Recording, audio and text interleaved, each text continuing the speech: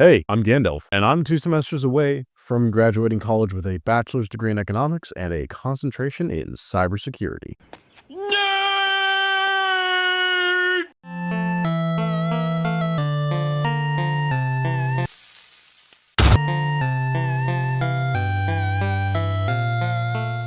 I've been in college since I was 16 because I started via dual enrollment. For those of you who don't know, dual enrollment is when you walk up to a college school board, take a series of tests like the SAT, the PERT, or the AccuPlacer, and prove that you're a big boy enough to start college classes early. So I started when I was 16, in Florida.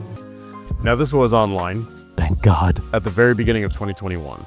Now, for some context, I did do hybrid co-op schooling past to 6th grade, so but being online wasn't new for me. Anyways, being in college for the past few years is interesting to say the least, and I've made some cool friends, met my lovely wife, overcame some deep problems and fears that I've had, but overall, I'm just happy this shit's gonna be over soon.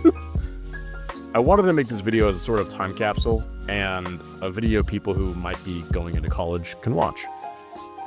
Firstly, I want to go over the myths that high school, TVs, and movies tell you about college. Number 1.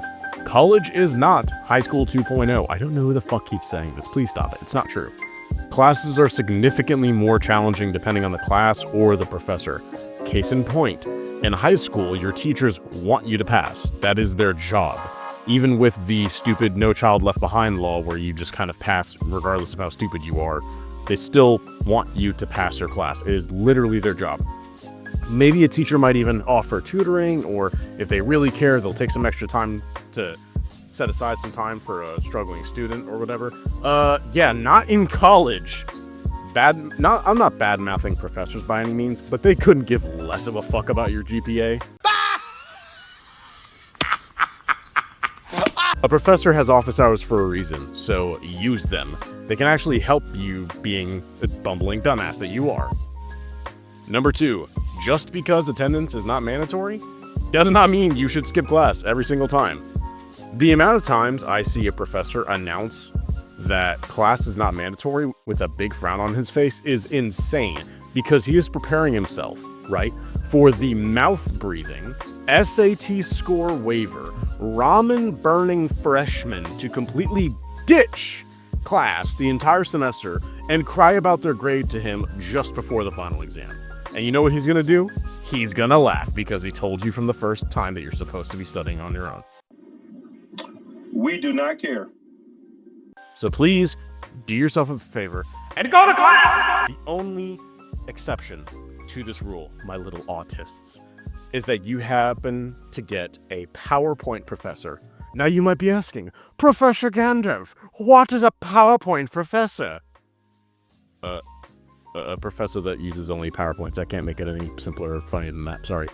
Basically, these guys do nothing but read off of a PowerPoint presentation, and 9 times out of 10, it will be posted up by the end of the day on Canvas. Number 3, if you go through your class portal and see required materials, please wait to purchase the damn book. Sometimes it's not even required, and you might get the PowerPoint professor anyways. Gosh, the amount of times that little baby freshman me, I would be sitting in class, legs dangling, and hearing the professor go, yeah, so I have a PDF for the book for free, so you don't need to purchase the book or anything. Also, not to mention, if the professor doesn't have it, you bet your ass that fucking Luigi in the group chat is gonna drop the full PDF that he found on the dark web with his contact in the Australian Alps. Oh yeah, that's the perfect segue too. Number 4, join the WhatsApp group chat. One thing that college movies and TV seem to largely ignore is that because humans are social creatures, we congregate online instead of at the campfire listening to Grok's problems with Unga. Now, I do want to say, the group chat that you get for your college has 2 extremes depending on what class it is, and even what college it is. You either get a barren wasteland rivaling the backrooms, a dimension where sound and life cannot conceptually survive. Not a single breath can even be heard. Or you get literal easy mode college DLC. Someone dropping the book PDF for free, notes, hell, if you're lucky you get someone to do what I did for my business calculus class. Basically, my class was full of people like me who were kind of struggling because business calculus was pretty challenging for me. But I found a way to make a great study guide and broke it all down into questions and steps that really helped me pass the class with a C. By the skin of my teeth, mind you.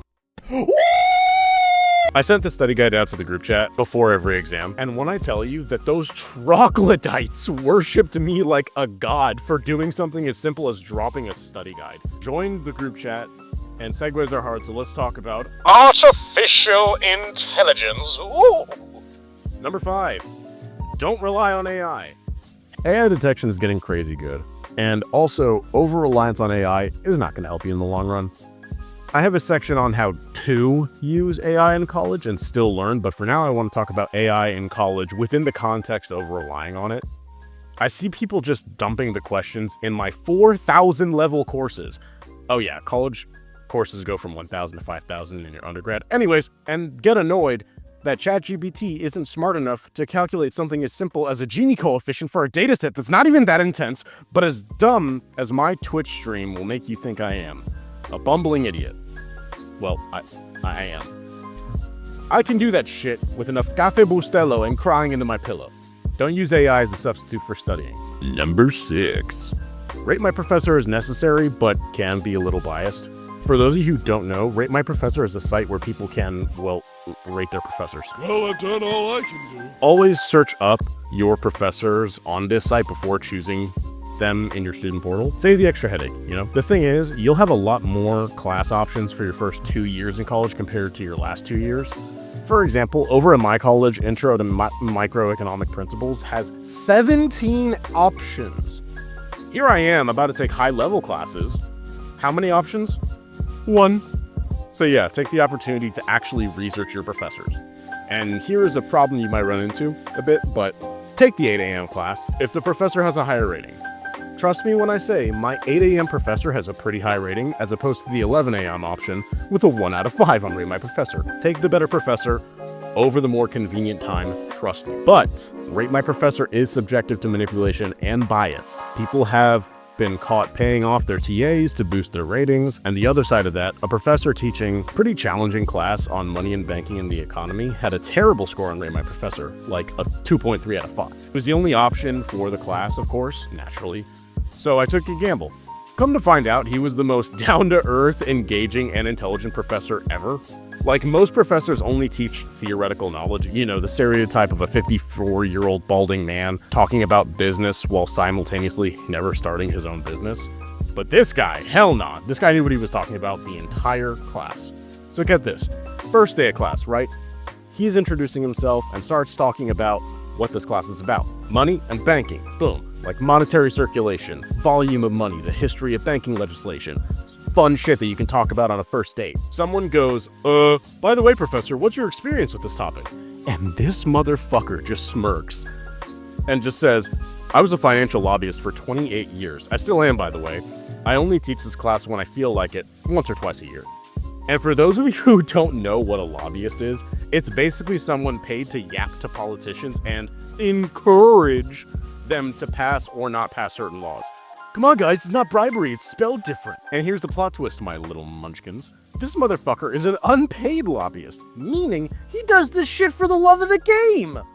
This guy sees a possibly unfair law being put on the Congress floor, grabs a Cuban sandwich from down the street in DC, and will sit there all day to harass congressmen and make sure they don't pass bad laws without someone making their day a little bit more annoying. What was I talking about? Oh, yeah, college. Let's go to that next segment. Number 7. College is about theory, not memorization. I know this sounds a little weird, but let me explain. High school is all about you taking a week to learn one thing, memorizing that thing, and then retell that thing on a test or quiz. College, on the other hand, is getting like maybe an hour, hour and a half to be taught a thing, trusting you will learn more about that thing on your own over the course of the week or until the next class, and then demonstrating your proficiency in that thing. College is more about concepts and actual knowledge. Now, this isn't some law of the universe, and there are always exceptions to this rule, but it's important that you know that so that you can understand how to properly study for college. Your study habits in high school will not help you in college to the same level. You need to learn more and different study habits for college. Oh, speaking of studying, number 8, study. Listen, there is a rule in college. Every class is 3 credit hours, and you need to spend 2 hours studying per 1 hour in class. Let's say you have a class from 8 a.m. to 9:15 a.m. p.m. a.m. on Monday and Wednesday. This means you are in class 2 hours per week. So you should spend at least 4 hours a week studying for this class alone. And no, homework does not count as studying. Now remember when I said that AI shouldn't be used as a substitute for studying? Here's how I personally use it properly for studying things. All right, pay attention now. Now, this is definitely subjective based on major, but if you're in a major with any amount of math or even science-based work, this will definitely help. And I got a section for studying better with AI that can be used for any major, so please be patient.